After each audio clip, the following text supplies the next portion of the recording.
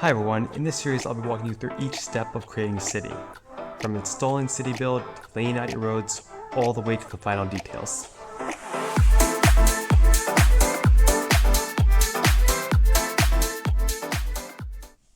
Let's start by heading over to the WorldBuild website. We'll sign in here and then we'll have access to CityBLD Hub. Let's go to the downloads page and grab the latest. Once it's done, we'll extract the installer and go ahead and run it. It'll prompt us to choose an install location. Generally, you'll want to leave this at the default unless you're building from a source or you installed Unreal on a different drive.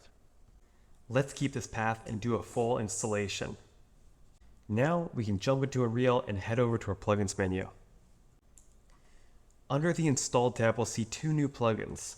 We need to enable both of these and then restart the engine.